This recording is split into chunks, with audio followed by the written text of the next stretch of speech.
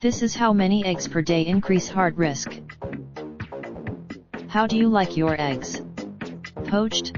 Northwestern University researchers Victor W. Joan, Ph.D., Linda Van Horn, Ph.D., and Marilyn C. Cornelis co-authored to arrive at their given that current dietary guidelines already recommend limiting yourself to 1 egg a day, it's hard to see what all the fuss is about.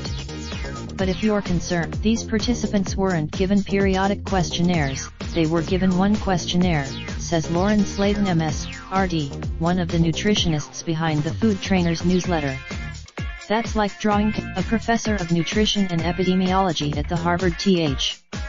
Chan School of Slayton also points out that all eggs are different, and thus carry different amounts of nutrients, fats, etc. Eggy hate most. The post appeared first on related video. Are eggs bad for you? New study recon.